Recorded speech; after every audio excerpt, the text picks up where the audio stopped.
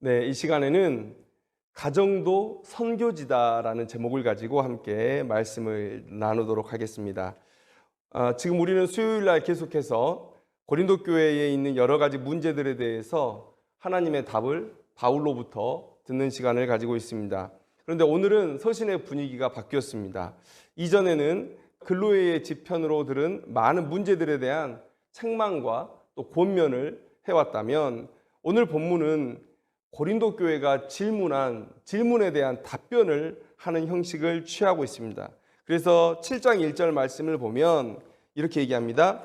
너희가 쓴 문제에 대하여 말하면, 이렇게 얘기하고 있습니다. 그러니까 사도 바울에게 고린도 교회가 근로회가 가는 길에 아마 문제를 보낸 것 같습니다. 그렇게 해서 사도 바울이 이제 그 질문에 대한 답을 하는 그런 내용이 이제 기록되어 있습니다. 본 주제에 들어가기 전에 이 모습이 참 귀하다라는 말씀을 드리고 싶습니다. 신앙생활에 있어서 궁금증, 의심 이런 것들은 육신이 느끼는 배고픔과 갈증과 같다는 생각을 합니다. 굶주림과 갈증을 해소하지 못하면 사람은 죽게 됩니다. 마찬가지로 신앙생활에 있어서 반드시 영적인 궁금증과 진리에 대한 의심이 생길 거예요. 왜냐하면 우리가 완전하지 않기 때문에 그렇습니다. 지식적으로도 완전하지 않기 때문에 그렇습니다. 또 성숙하지 못해서 그렇습니다.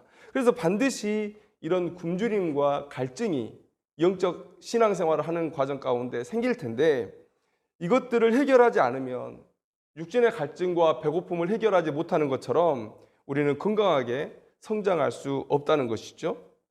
그런 면에서 고린도 교회는 이 시대에 혹 있을 진리에 대한 갈증과 굶주림 없는 성도에게 큰 교훈이, 진리에 대한 갈증과 굶주림이 없는 성도와 교회에게 큰 교훈이 된다는 것입니다.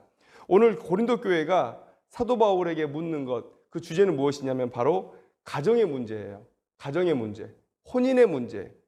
오늘 우리는 이 질문에 대한 답을 통해서 우리가 가정을 어떻게 회복해 나가야 되느냐, 그 이야기들을 한번 해보기를 소망합니다.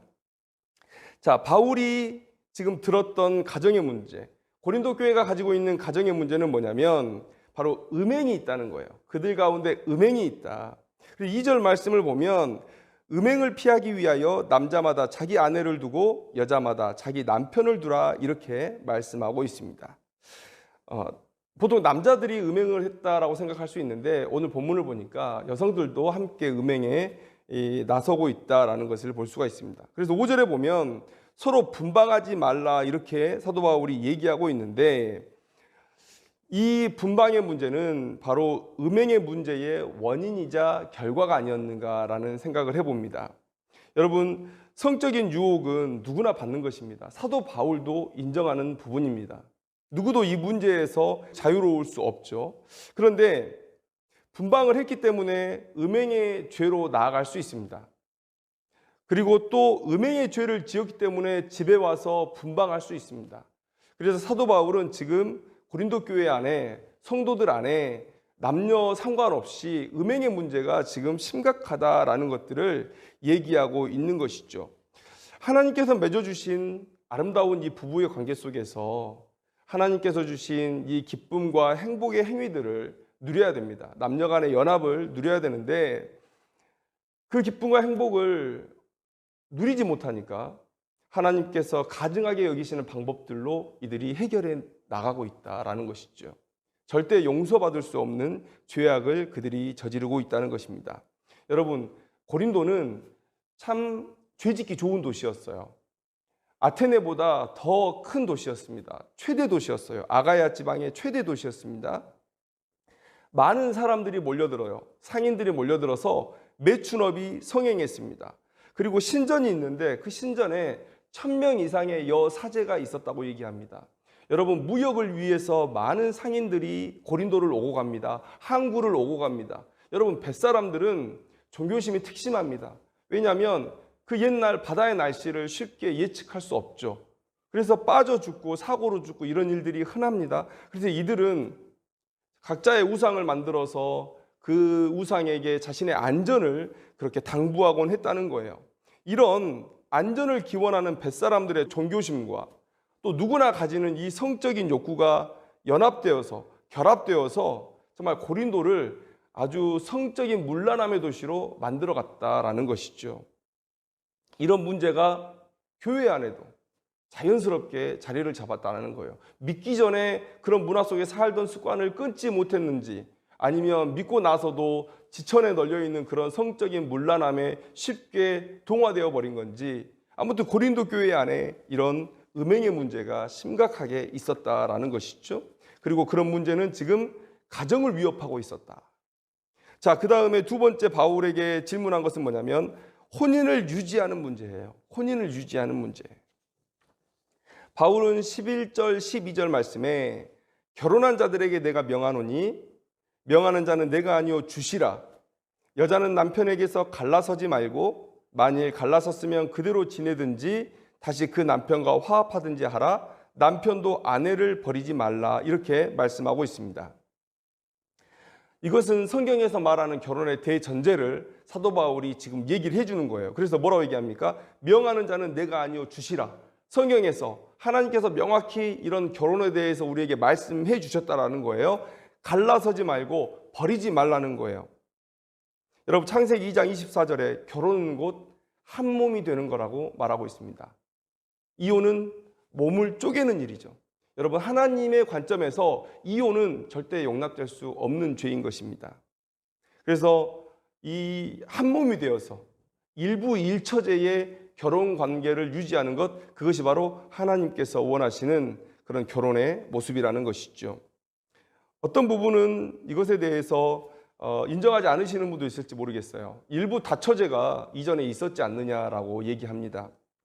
그런데 여러분 우리가 일부 일처제냐 일부 다처제냐를 생각할 때 처냐 첩이냐에 대해서 우리가 얘기를 좀 해봐야 됩니다.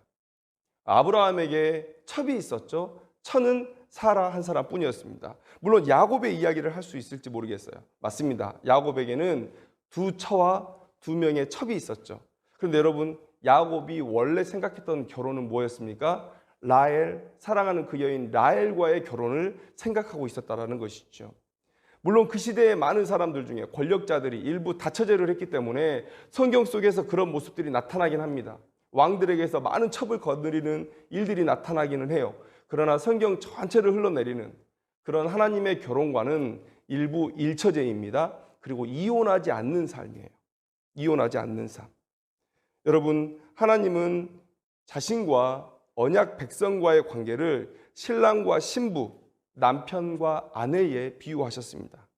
그래서 여러분 다른 여자를 바라보는 것, 다른 남자를 바라보는 것, 여러분 이거 음행의 죄예요. 심각하게 하나님께서 책망하셨습니다.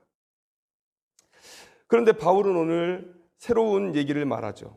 여러분 이스라엘은 한 혈통이었고 한 혈통이어서 같은 종교를 가지고 있었어요. 난 지 8일 만에 할례를 받으면서 하나님을 섬기는 문화 속에서 살아야 했습니다. 그런데 고린도 교회는 지금 상황이 다르죠. 많은 민족들이 모여서 교회를 이루고 있습니다. 또 각 가족들이 주님을 영접하는 시기가 달라요.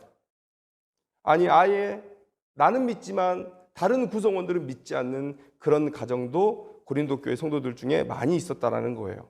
그래서 오늘 구약의 이스라엘의 율법과 다른 새로운 말씀을 우리에게 전해준다는 것이죠. 자, 13절의 말씀을 보십시오.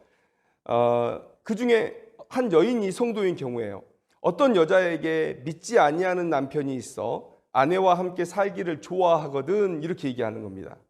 자, 여인은 남편과 헤어지기를 원하고 있어요. 그런데 남편이 여인과 함께 살기를 원한다라는 거예요. 여러분 이런 경우가 꽤 있었을 것이라고 생각이 됩니다. 초대교회의 신앙은 여러분 지금처럼 이렇게 흐리멍텅한 신앙이 아니었습니다.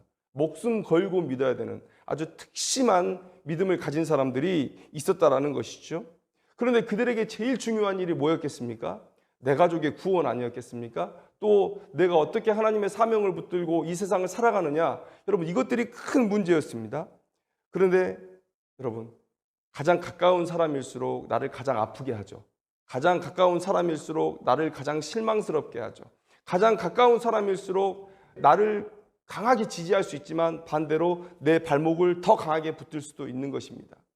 믿는 아내가 믿지 않는 남편과 살면서 하나님의 사명 생각하면 내가 일을 해야 되는데 항상 집안에서 갈등이 벌어지고 믿음 생활을 함께 해갈 수 없는 이런 힘든 상황들, 여러분, 그래서 예수님은 마태복음 10장 36절에 사람의 원수가 자기 집안 식구리라.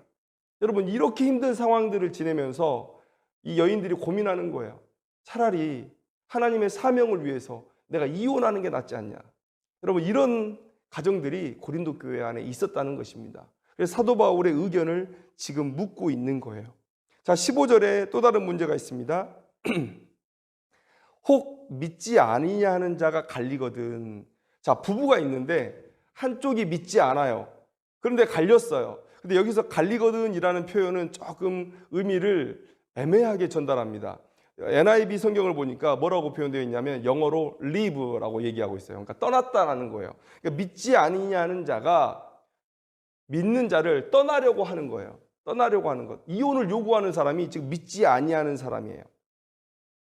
여러분, 바로 이런 두 가지 문제를 가지고 지금 사도 바울에게 답을 구하고 있다는 것입니다.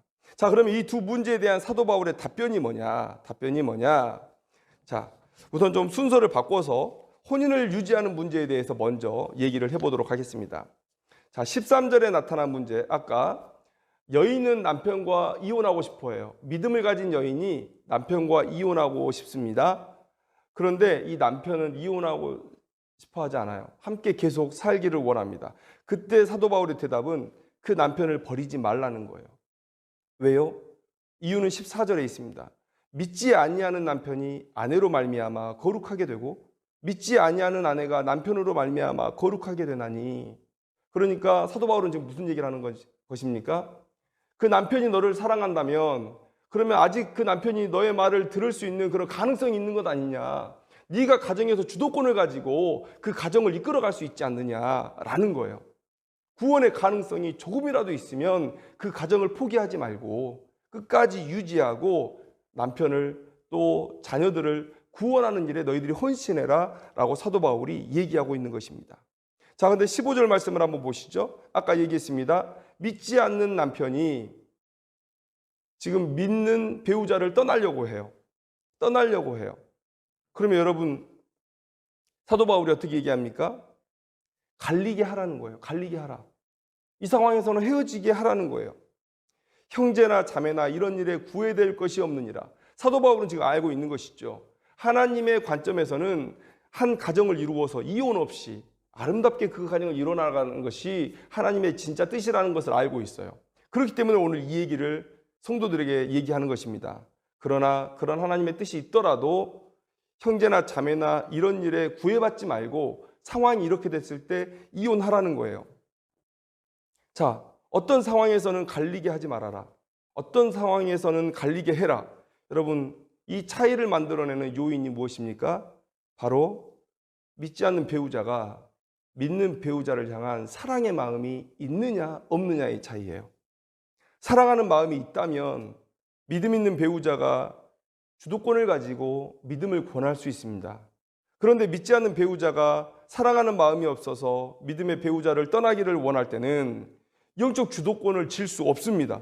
오히려 반대로 불신으로 끌려갈 수 있는 그런 여지가 많다는 거예요.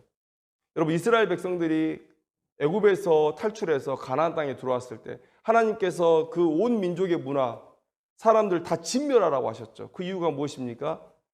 바로 끌려갈까 봐 그렇습니다. 믿음 있는 자들이 믿음 없는 자들의 문화를 보고 쫓아갈까 봐. 자, 자신을 사랑하지 않는 남편이에요. 자신의 말에 귀를 기울여 주려고 하지 않아요. 자신이 믿음 생활을 하는 것에 대해서 계속 딴지를 걸고 시비를 걸어요. 여러분, 이런 상황이라면 구원의 가능성이 현저히 없고 오히려 믿음 있는 자가 그 남편의 방해로 인해서 가진 믿음을 잃을 수 있는 그런 위기 가운데 빠지게 된다는 거예요. 그래서 16절에 사도 바울이 얘기합니다. 아내된 자여 내가 남편을 구원하는지 어찌할 수 있으며 남편 된 자여 내가 내 아내를 구원하려는지 어찌할 수 있으리요. 사도 바울은 지금 믿음 있는 그 사람들을 걱정하는 거예요. 그래서 17절에서 얘기합니다. 오직 주께서 각 사람에게 나눠주신 대로 하나님이 각 사람을 부르신 그대로 행하라. 내가 모든 교회에서 이와 같이 명하노라. 여러분, 사도 바울이 지금 얘기하는 것, 가정을 성도들의 사역지요, 선교지로 보고 있다는 거예요. 우리가 결혼 생활 하다 보면 마음이 떠날 수 있습니다. 상대방에게 내 마음이 떠날 수 있어요. 그러나 사도 바울은 그 상황 속에서 참고 견디라고 얘기합니다. 뭐만 있으면, 그 배우자에 대한 구원의 가능성이 있으면 참고 견디라는 거예요. 여러분, 지금 같은 세상에 말도 안 되는 얘기죠. 내가 저 사람이 싫어졌으면 헤어지면 그만이지 왜 참고 삽니까? 왜 참고 살아야 되죠? 바로 그곳이 우리의 선교지이고 우리의 사역지이기 때문에 하나님께서 가정에서 우리의 사명이 있다고 우리를 부르신 거예요. 사도 바울은 오늘 그 얘기를 하는 것입니다. 그런데 또 갈리라고 얘기해요. 갈리라고 얘기합니다. 왜 그렇습니까? 구원의 가능성이 현저히 떨어지고 믿음의 사람들이 오히려 믿음을 잃을 상황 가운데 처하게 됐을 때 사도 바울은 차라리 갈리는 것이 낫다 그래요. 사도 바울은 가정을 우리의 사역지요, 선교지로 보고 있다는 거예요. 여러분, 사람들이 말을 합니다. 내 배우자가 결혼 전 후가 완전히 달라졌어요. 좋게 달라졌다기보다는 안 좋게 달라지는 쪽으로 말을 많이 합니다. 처음에 결혼 전에는 그들의 깨끗한 외모가 마음에 들었어요. 신사다운 매너가 마음에 들었어요. 그리고 나만을 생각해주는 그 마음이 참 좋았습니다. 그런 모습을 보고 결혼을 결정했는데 결혼하고 보니까 이전의 모습이 보이지 않는다는 거예요. 왜 그렇습니까? 이제 내 사람 됐다는 거예요. 그런 편안함, 그 안정감이 서로에게 과거보다 더 좋지 않은 사람들이 되도록 하고 있다라는 것입니다. 여러분, 우리가 가정을 너무 쉽게 봐요. 너무 쉽게 봐요. 가정을 꾸린 이후에는 연애할 때보다 더 큰 마음으로 사랑해야 됩니다. 더 큰 마음으로 이 가정의 문제에 책임을 지려고 노력을 해야 돼요. 그런데 결혼하고 난 이후에 그런 모습들이 보이지 않습니다. 가장 작은 공동체인 가정이 병들면 그 사회가 병이 듭니다. 여러분, 학대당하는 아이들 보세요. 그 아이들이 왜곡된 성품을 가지고 사회에 나와서 큰 해를 끼칩니다. 이것이 오늘날 큰 문제가 되지 않습니까? 가정의 문제는 사회의 문제예요. 사회에 큰 병을 일으키고 있습니다. 여러분, 가정은 항상 얼굴을 맞대는 공간 아닙니까? 가정이 좋으면 한없이 천국일 수 있어요. 근데 가정이 싫어지면 지옥도 그보다 더 큰 지옥이 없는 것입니다. 여러분, 오늘날 이혼율은 치솟고 있습니다. 가정폭력은 도를 넘고 있습니다. 음행의 문제는 이제 뉴스거리도 되지 않는 이 시대를 우리가 살아가고 있다는 거예요. 그 문제의 근본 원인이 뭡니까? 우리가 가정의 의미, 가정의 중요성을 너무 간과하고 있다는 거예요. 그래서 오늘 사도 바울은 우리에게 얘기합니다. 가정은 우리의 사역지요, 우리의 선교지다. 여러분, 믿음을 공유할 수 없어서 마음이 떠났을 수 있어요. 그런데 구원의 가능성이 있으면 붙들라는 거예요. 참고 이겨내라는 거예요. 선교사의 마음으로 그곳에서 견뎌내라는 거예요. 여러분, 선교사님들 우리를 위해서 어떻게 사역했습니까? 생명을 전해주러 갔는데 죽음으로 나에게 갚는 거예요. 그래도 참고 사랑하고 그곳에서 죽을 각오를 하고 사역을 했던 것이죠. 이런 마음으로 가정을 지켜내라 라고 말씀하고 있어요. 여러분, 갈리라는 말씀 어떻게 봐야 됩니까? 여러분, 초대교회 때는 사도들의 가르침이 임박한 종말론이었어요. 예수님 곧 오신다였어요. 그래서 그들이 죽기 전에 예수님이 오심을 볼 수 있다라는 믿음을 가지고 그들이 사역을 했습니다. 이러한 신학적 분위기에서 사역을 했기 때문에 사도 바울이 오늘 이렇게 권면하는 거예요. 그들에게 무한정한 시간이 있고 지금 2000년 이후에도 예수님이 오시지 않았다는 사실을 알았다면 사도 바울이 좀 더 느긋하게 권면할 수 있었을지 모르겠지만 이렇게 단호했던 것은 무엇입니까? 시간이 얼마 없는데 가정에 묶여서 하나님께서 주신 사명을 내려놓는 일을 경계하고 있는 거예요. 그래서 관리라는 말씀 뒤에 각 사람을 부르신 그대로 행하라. 너희들 사명을 기억해라. 라고 오늘 말씀하고 있습니다. 사도 바울은 철저히 구원의 문제에서, 믿음의 문제에서 오늘 이 가정을 대하고 있는 거예요. 사도 바울은 혼인을 통해 세워진 가정을 철저하게 사명이 펼쳐질 장으로 인식하고 있다는 거예요. 여러분, 혼인에 대해서 생각할 때 세상 사람들은 이렇게 얘기합니다. 남들이 다 하니까, 사랑하기 때문에, 같이 있고 싶어서, 혼자는 외로워서, 아기를 낳고 싶어서, 이런 이유들을 얘기해요. 여러분, 그러나 신자들의 생각은 달라야 됩니다. 결혼은 사명의 부르심에 응답하는 거예요. 결혼은 배우자가 함께 선교지로 들어가는 것입니다. 오직 가족의 구원을 위해서 나를 희생하고 가족들의 믿음의 성장과 헌신이 끊이지 않도록 가족의 믿음을 세워나가서 하나님의 사명을 이 땅에서 이루어내는 것, 그 일을 위해서 가정을 아름답게 가꾸어 가도록 그렇게 결단하는 마음들이 양 배우자들에게 필요하다는 것이죠. 여러분, 이 시점에서 우리가 분방에 대한 얘기를 할 수 있을 것입니다. 여러분, 아까 말씀드렸지만 사도 바울도 인간 안에 내재되어 있는 성적 본성에 대해서 인정하고 있습니다. 9절에 만일 절제할 수 없거든 결혼하라. 정욕이 불같이 타는 것보다 결혼하는 것이 나으니라, 이렇게 얘기하고 있어요. 믿는 자들에게도 이렇게 정욕이 불타오를 수 있다는 거예요. 여러분, 어떤 사람들이 나는 믿음으로, 나는 정신 수양으로 이런 성적인 유혹을 이겨냈다라고 말합니다. 여러분, 이거 거짓말입니다. 거짓말이에요. 절대 그럴 수 없습니다. 성당 지하에 수없이 많이 깔려있는 아기 시신들, 그리고 지금도 벌어지고 있는 목사들의 성적 범죄들, 여러분, 우리 이겨낼 수 없습니다, 이것. 그래서 사도 바울은 얘기하잖아요. 음행을 피하라고 얘기하지 싸워서 이기라고 얘기하지 않습니다. 전문직 종사자 중에 성범죄율 2위가 성직자들이에요. 이렇게 많은 사람들이 성적 유혹에 노출되어 있다는 거예요. 그런데 피곤하다, 애정이 식었다, 권태기이다, 나는 그런 거 별로 좋아하지 않는다, 이런저런 이유로 이런 육체적인 연합을 피한다면, 한 배우자 쪽에서 이런 것을 피한다면 배우자가 받게 될 그 성적 유혹은 어떻게 되는 것입니까? 그래서 사도 바울이 오늘 강하게 얘기하고 있는 거예요. 그걸 너무나 잘 알고 있기 때문에 사도 바울이 이렇게 얘기합니다. 4절 말씀에 아내는 자기 몸을 주장하지 못하고 오직 그 남편이 하며 남편도 그와 같이 자기 몸을 주장하지 못하고 오직 그 아내가 하나니. 여러분, 똑같은 말이에요. 남편을 아내가 주장하고 그 다음에 아내를 남편이 주장하면 결국 똑같은 거 아닙니까? 근데 사도 바울이 이렇게 강력하게 언급하는 이유는 뭡니까? 이런 성적 유혹이 매우 강하다는 것, 이것을 너희들이 인정을 해라 라는 거예요. 그래서 너희들이 믿음 안에서 가정을 잘 세워나가기 위해서 누구나 받게 될 이 성적 유혹을 지혜롭게 이겨내는 것, 그것이 필요하다. 서로를 배려하면서 내가 싫더라도 남편을 배려해주고 아내를 배려해주고, 또 남편이 싫어하면, 아내가 싫어하면 또 상대방에서 그것을 배려해서 물러나주는 이런 지혜로운 해결들이 필요하다라는 거예요.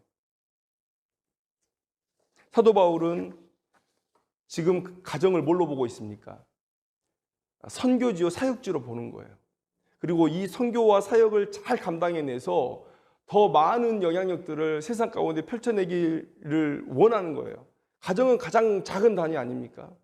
이 단위에서 믿음으로 바로 세워져서 세상에 영향력 끼치는 그런 가정들이 되기를 원하는 거예요. 그 일을 위해서 배우자들이 서로 간에 그런 유혹의 거리들을 피할 수 있도록 지지해주고 도와주는 일이 매우 중요하다라는 거예요. 여러분, 나 싫으면 그만이야. 싫다니까? 여러분, 이럴 수 있습니다. 그러나 그걸 극복해내기가 쉽지 않습니다.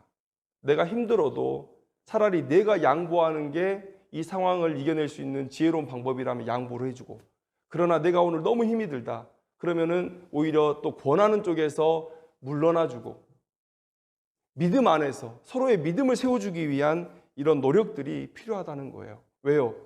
우리는 성행위 자체가 목적이 아니라 그런 유혹들을 잘 이겨내고 믿음을 바로 세워서 세상 속에 선한 영향력을 끼치는 그런 배우자를 만들고 그런 가정을 만드는 것이 우리의 목적이기 때문에 그렇습니다. 그래서 싫어도 혹은 힘들어도 선교지에 우리 선교사님들께서 일하는 것처럼 내가 그 문제를 양보해주는 그런 지혜, 그런 헌신이 필요하다는 거예요. 여러분, 이런 성적인 문제를 이렇게 교회에서 선교와 비교해서 얘기하면 선교사역이 너무 폄훼되는 것 아니냐. 여러분 이렇게 생각하실지 모르겠어요. 그러나 사도 바울은 그렇게 생각하지 않았습니다. 누구나 가질 수 있는 그런 영적인 문제예요. 그리고 사탄이 이 문제를 가지고 가정을 뒤흔든다고 얘기하고 있습니다. 여러분, 가정이 우리의 선교지예요. 가정이 우리의 사역지입니다. 그 마음을 가지고 배우자를 사랑해주고 배우자의 믿음을 세워주기 위해서 그들이 가질 유혹들을 미리 제거해주는 그런 일들이 필요하다는 거예요. 여러분, 내 피곤함 때문에 또 내 호불호의 문제 때문에 내 남편이, 내 아내가 성적 유혹을 받아서 분방하고 음행의 과정 가운데 나아가야 되겠습니까? 그렇게 가정을 망쳐야 되겠습니까? 혼인관계에 대해서 사도 바울은 한 가지 원칙을 가지고 말하고 있습니다. 내 가정 선교지라는 거예요. 사역지라는 거예요. 그런 마음으로 일어나는 거예요. 내 사람이라고 쉽게 보고 함부로 대하지 말라는 겁니다. 내 배우자를 하나님께서 사랑하시고 부르시는 한 영혼으로 보고 대하라는 거예요. 또 내 배우자를 한 사람의 성도요, 사명을 위해 함께 일하며 고생하는 귀한 동역자로 보라는 것입니다. 그래서 그가 바른 믿음을 갖도록 수고하고 또 그가 실족하지 않도록 더 믿음 안에 굳건히 서서 사명에 충실하도록 물심양면으로 돕는 가장 가까운 동반자가 되라는 거예요. 이사야서 43장 1절 말씀에 내가 너를 구속하였고 내가 너를 지명하여 불렀나니 너는 내 것이라. 선교지에서 내 자존심이 어디 있어요? 선교지에서 내 재물이 어디 있습니까? 그것을 주장하는 순간 선교는 끝나는 것입니다. 하나님의 사명은 버려지는 것입니다. 가정 안에서도 마찬가지예요. 내가 싫다니까 그 말 한마디 때문에 가정이 무너질 수 있어요. 따뜻한 말 한마디로 거절을 하더라도 지혜롭게, 또 내가 너무 피곤하지 않으면 우리 배우자의 요구를 들어주고, 여러분 그렇게 지혜롭게 이 가정 안에서의 문제들을 해결해 나갈 때 여러분 받지 않아도 되는 유혹을 받지 않고 건강한 믿음으로 이 가정을 세워나갈 수 있다라는 거예요. 오늘 혼인에 대한 바울의 권면을 듣기를 원합니다. 혼인에 대해서 너무 쉽게 생각하는 세상의 풍조를 하나님의 관점으로 이겨내기를 소망합니다. 나보다 내 배우자를 먼저 생각하는 마음, 또 그를 앞세우는 마음, 이런 마음을 가진 사람들이 가정을 바로 세울 수 있습니다. 또 그런 가정을 통해서 하나님께 영광 올려드리는 귀한 인생 되기를 주님의 이름으로 축원합니다. 기도하겠습니다.